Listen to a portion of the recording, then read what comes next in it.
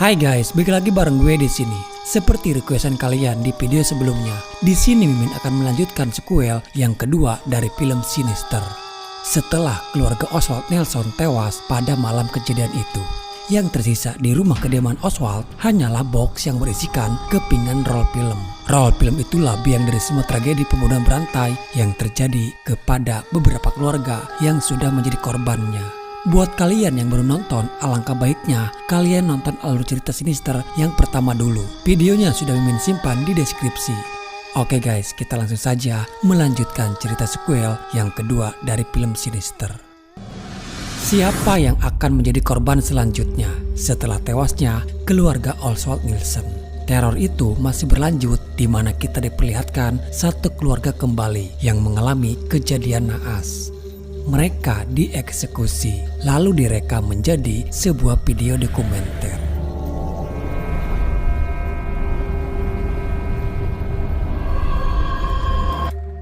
Apa yang barusan terjadi hanyalah sebuah mimpi buruk yang dialami oleh Dylan. Keanehan terjadi. Dari dalam lemari, Dylan melihat seperti ada sesuatu yang bergerak. Dia melihat sesosok dengan wajahnya yang sangat menyeramkan. Ternyata si iblis bugul menampakkan dirinya di hadapan Dylan. Bisa sedikit kita simpulkan guys, artinya keluarga Dylan sedang dalam bahaya sekarang. Adegan berpindah kepada Paul, sheriff yang dulu pernah menolong Oswald dalam mencari informasi. Setelah tragedi yang menimpa kepada keluarga Oswald, ternyata Paul sudah diberhentikan menjadi anggota kepolisian. Dia kini hanya menjadi pengangguran, luntang-lantung tidak jelas. Dari tragedi yang menimpa kepada keluarga Oswald, ternyata membuat dia merasa sangat bersalah. Sekaligus dia juga merasa sangat ketakutan. Dia selalu dihantui rasa penyesalan karena menjadi bagian dari penyelidikan yang dilakukan oleh Oswald. Dia datang ke gereja untuk melakukan pengakuan dosa, meminta hatinya untuk ditenangkan dari pikiran dan bayangan yang selama ini terus saja membuat dia resah. Tak hanya itu saja, ternyata Paul juga selalu mendapati gangguan-gangguan aneh selama ini. Di sini pastor sudah tahu siapa Paul dan juga kasus yang terjadi kepada keluarga Oswald karena tragedi itu menggemparkan seluruh Amerika. Paul mengatakan kepada pastor dia takut kalau yang terjadi kepada keluarga Oswald itu akan terjadi kembali. Hanya soal waktu dan tepat saja. Lari dari masalah bukanlah jalan terbaik. Sebagai orang yang dulu pernah terlibat, di sini Paul bertekad ingin menghentikan iblis bugul dari semua rantai kejahatan si iblis. Cerita berpindah kepada Courtney bersama dengan kedua putranya, yaitu Dylan dan kakaknya yang bernama Zachary. Mereka tinggal di sebuah rumah terpencil yang ada di pinggiran kota. Courtney yang kini berstatus janda setelah dia bercerai dengan suaminya. Dia harus berjuang sendirian merawat dan membesarkan kedua putranya itu. Courtney bekerja sebagai tukang mebel. Kebetulan di sebelah rumah mereka ada gereja. Di gereja itulah dia mendapatkan pekerjaan untuk membetulkan beberapa furniture yang ada. Diketahui kalau rumah yang ditempati oleh Courtney adalah bekas rumah kediaman Jacob. Ternyata rumah tersebut adalah bekas tragedi pembunuhan pernah terjadi di sana, di mana kini Paul sedang menyelidikinya. Dari sini juga kita melihat dari berita koran kalau rumah bekas kediaman keluarga Oswald terbakar habis. Diduga kebakaran tersebut ada unsur kesengajaan.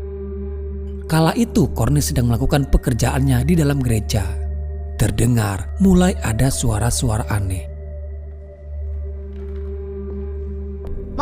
Tak lama Dylan datang menemuinya. Namun saat itu Dylan bertingkah aneh. Dari apa yang dilihat oleh Dylan, di sana banyak darah berceceran di lantai. Beda dengan apa yang dilihat oleh ibunya. Di rumah, Zachary mengeluhkan kepada Courtney sampai kapan mereka akan tinggal di rumah ini. Sebagai kakak, Zachary mengkhawatirkan keadaan Dylan. Karena apa yang dilihat Zachary, belakangan ini Dylan yang suka bertingkah aneh. Courtney berjanji kalau mereka tidak akan lama lagi untuk tinggal di rumah ini. Di lain sisi, tak diduga arwah anak-anak yang dulu diambil jiwanya oleh iblis bugul kini menjadi sekutu si iblis. Mereka datang menemui Dylan. Selama Dylan tinggal di rumah yang sekarang ditempati, ternyata Dylan sudah berteman dengan arwah anak-anak itu. Dylan sama sekali tidak takut dengan keberadaan mereka ada di sana. Justru salah satu arwah anak-anak yang bernama Milo mengajak Dylan ke ruangan bawah tanah. Milo menunjukkan sebuah box. Box berisikan kepingan roll film dengan sebuah kameranya. Mereka mengajak Dylan untuk menonton sebuah video. Teddy, salah satu arwah gentayangan, memberikan roll film yang berjudul Piknik Memancing. Video tersebut adalah video dokumentasi saat Teddy masih hidup bersama dengan keluarganya.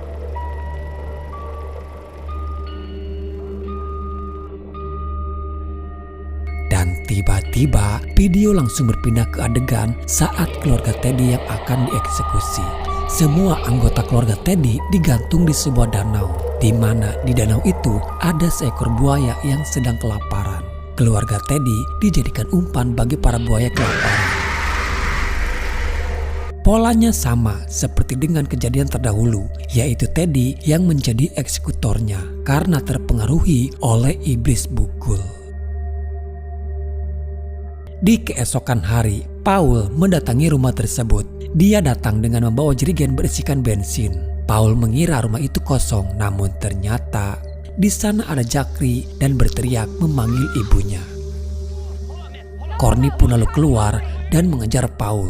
Courtney sangat berhati-hati terhadap orang asing karena dia takut Paul adalah orang suruhan dari mantan suaminya. Perdebatan terjadi. Paul mencoba untuk menjelaskan kalau dirinya tidak seperti yang dituduhkan oleh Courtney. Paul benar-benar tidak tahu kalau rumah ini ada penghuninya.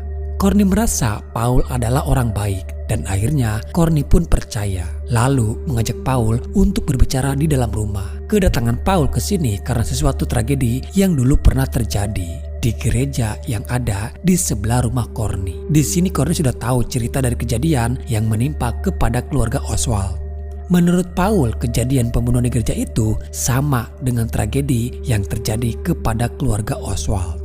Paul curiga dan takut kalau semuanya itu kini terulang kembali. Dia lalu menunjukkan beberapa foto soal simbol kepada Courtney. Apakah Courtney melihat simbol tersebut? Namun untung saja Courtney sama sekali tidak pernah melihat simbol yang seperti itu. Diketahui kalau Courtney menempati rumah ini karena dipinjamkan oleh seorang teman. Temannya lah yang memiliki rumah ini lalu dipinjamkan kepada Courtney. Sebenarnya Courtney juga sedang melarikan diri dari suaminya. Itulah alasan kenapa Courtney sangat antisipasi terhadap orang asing. Walaupun keluarga Courtney semuanya terlihat baik-baik saja, tapi tidak lantas membuat Paul memberhentikan penyelidikannya. Dia harus memastikan kalau semuanya ini tidak ada kaitannya dengan tragedi Oswald. Paul mencoba browsing-browsing di internet mencari informasi soal satu keluarga itu yang tewas di gereja.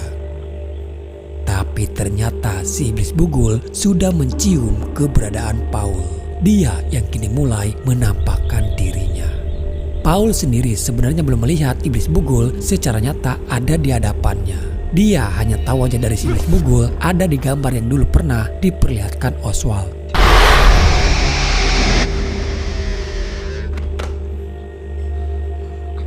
Hampir setiap malamnya, Dylan selalu didatangi oleh Milo. Seperti orang yang terkena hipnotis, ada dorongan yang sangat kuat mengarahkan Dylan kembali masuk ke ruangan bawah tanah. Di sana Dylan hanya diminta untuk menonton video rekaman itu kembali. Setiap anak yang memberikan role film kepada Dylan itu menceritakan kejadian mengerikan saat mereka masih hidup.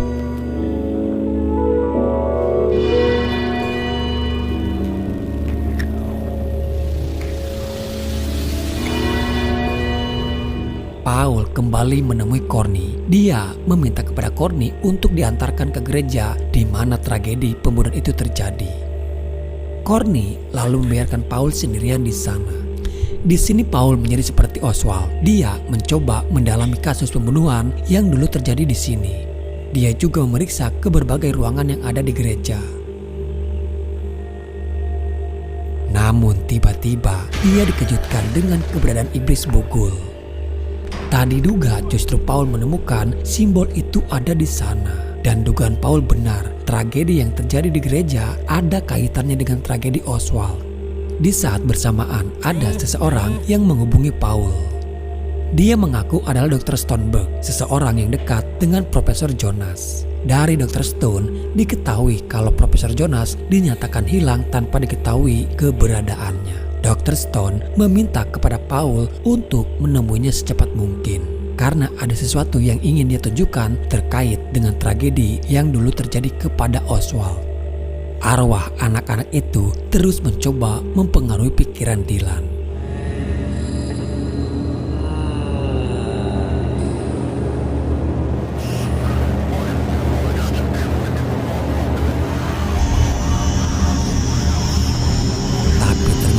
Mudah bagi mereka untuk mempengaruhi pikiran Dylan. Saat itu Zachary melihat Dylan keluar dari ruangan bawah tanah. Ternyata bukan hanya Dylan seorang. Di sini Zachary pun menjadi bagian dari rencana iblis bugul. Justru malahan Zachary sendiri bertanya kenapa harus Dylan yang mereka pilih. Zachary dengan sukarela mau menjadi bagian dari mereka. Namun Milo menganggap kalau Zachary tidak sepintar Dylan adiknya. Zachary akan membuktikan kalau dia lebih layak terpilih daripada Dylan adiknya. Sebelum pergi, Paul sempat berkata kepada Courtney, jangan pernah sesekali berencana untuk meninggalkan rumah. Paul tidak menjelaskan alasannya, tapi Paul sangat meminta mereka untuk tetap di rumah saja. Paul akhirnya menemui Dr. Stone. Dia lalu menunjukkan kepada Paul sebuah radio. Di sini Dr. Stone berbicara tentang iblis bugul Norwegia. Dia menjelaskan dulu pada tahun 70-an, seorang pendengar radio mendapati siaran radio dari saluran yang sebelumnya tidak pernah ada. Siaran dari radio tersebut terdengar suara dentingan piano bersama dengan suara anak-anak. Siaran radio itu terkadang hilang dan tiba-tiba muncul. Hingga ada seseorang yang pernah mendapatkan rekaman suaranya. Terdengar dari suara anak itu menyebutkan sebuah angka-angka.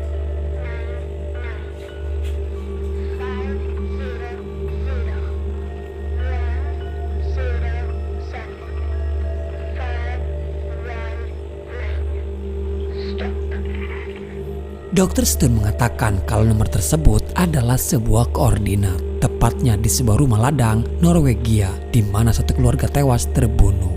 Dan pola yang sama seperti tragedi yang pernah terjadi kepada rentetan kasus pembunuhan satu keluarga lainnya, di mana di sini juga ada anak yang hilang. Tapi di sini Paul melihat ada yang berbeda. Kalau mengikuti pola yang dulu pernah terjadi, seharusnya keluarga korban pernah menempati rumah bekas korban sebelumnya. Melihat kembali dari penelitian di berkas-berkasnya Profesor Jonas, skenario iblis bugul untuk mendapatkan korban tak hanya kepada pola yang itu-itu saja. Ada beberapa cara yang dilakukan oleh iblis bugul. Tidak hanya merujuk kepada simbol, sketsa, video, bahkan bugul bisa mempengaruhi seseorang melalui sebuah alunan musik. Di tengah perbincangan mereka, tiba-tiba radio itu hidup dengan sendirinya. Untuk memutus rantai dari semua rentetan si iblis bugul, Paul meminta kepada Dr. Stone untuk menghancurkan radio tersebut. Di sini juga Paul berencana akan membakar rumah yang dulu pernah terjadi pembunuhan satu keluarga. Namun rencananya sedikit terhambat karena ternyata rumah tersebut kini sudah ditempati oleh Courtney sekarang. Paul juga sebenarnya adalah pelaku yang membakar rumah kediaman bekas keluarga Oswald. Milo bersama dengan arwah anak-anak lainnya kembali untuk Dylan menonton videonya. Dylan yang tidak ada pilihan lain menonton kembali video rekaman itu. Video ini adalah video rekaman di mana satu keluarga yang tewas di gereja beberapa waktu yang lalu. Mereka tewas karena tubuhnya digerogoti oleh seekor tikus yang terjebak di atas perut mereka.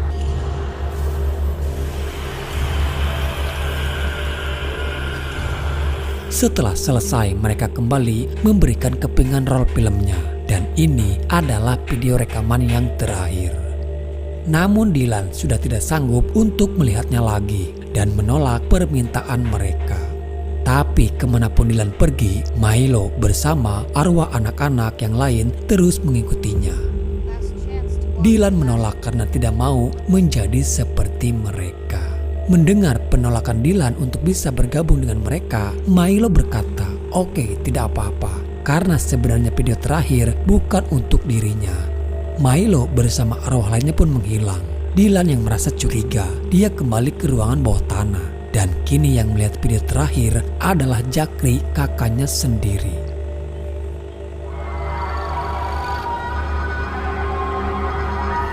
Suatu ketika, Colin suaminya menemukan keberadaan Courtney bersama dengan anak-anaknya. Dia datang untuk mengambil kedua putranya itu. Karena secara hukum pengadilan, Colin mendapatkan hak asuh dari kedua putranya. Mau tidak mau, Zachary dan Dylan harus ikut bersama dengan ayahnya. Dan jika Courtney ingin ikut, Colin masih membuka diri untuk menerima Courtney kembali. Courtney yang tidak ada pilihan lain, terpaksa dia pun akan ikut kembali ke rumah suaminya daripada dia harus terpisah dengan kedua putranya. Paul kembali datang untuk menemui Courtney. Namun sialnya, Courtney bersama dengan kedua putranya yang sudah tidak ada lagi di rumah. Paul sangat khawatir takut tragedi itu terulang kembali. Dia pun nekat menemui Courtney ke rumah mantan suaminya. Sayang, Paul yang harus terkena hantaman Colin. Colin yang tidak mengerti apa yang sebenarnya terjadi, malah menganggap kalau Paul ingin merebut Courtney darinya. Box yang berisikan kamera itu ternyata sudah ada di rumah Zachary terdahulu. Zachary yang kini ada dalam kendali si iblis bugul mulai kepada rencananya. Zachary merekam, mendokumentasikan saat-saat bersama dengan keluarganya.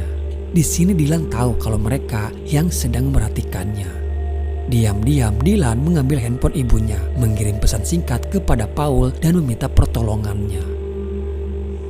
Zachary membawa semua keluarganya masuk ke dalam ladang jagung.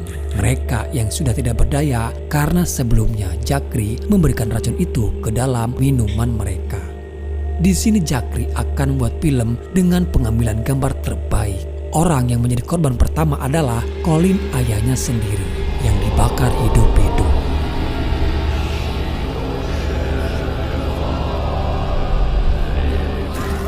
Dan saat Zachary akan membakar ibunya, untung saja Paul datang di waktu yang tepat. Paul lalu segera melepaskan Courtney bersama dengan Dylan. Zachary yang kerasukan sudah tidak mengenal mereka lagi. Selama kamera yang terus merekam, selama itu pula Zachary akan terus mengejar mereka.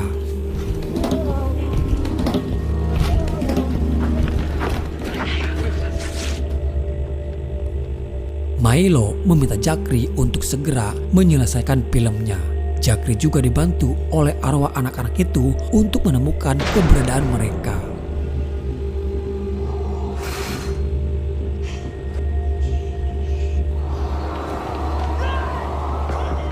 Dylan bersama dengan ibunya mencoba melarikan diri. Namun semua pintu yang ada di sana tertutup dan terkunci dengan sendirinya. Kini mereka yang terjebak. Tapi lagi-lagi Paul datang dan menghancurkan kameranya. Zachary seperti ketakutan dan panik karena kameranya yang sudah hancur. Dia naik ke atas untuk mencari kamera lainnya. Namun sayangnya itu adalah kamera satu-satunya yang tersisa. Dengan gagalnya Zachary menyelesaikan film itu dan gagal membunuh mereka semuanya, kini Zachary harus menerima semua akibat dari kemarahan iblis bugul. Iblis bugul yang ada di belakang Zachary. Sentuhan tangan bugul membuat semua tubuh Zachary hancur seperti batu lalu terbakar bersama dengan rumah mereka. Paul mencoba menahan Courtney dan mengatakan kalau kini Zachary sudah meninggal.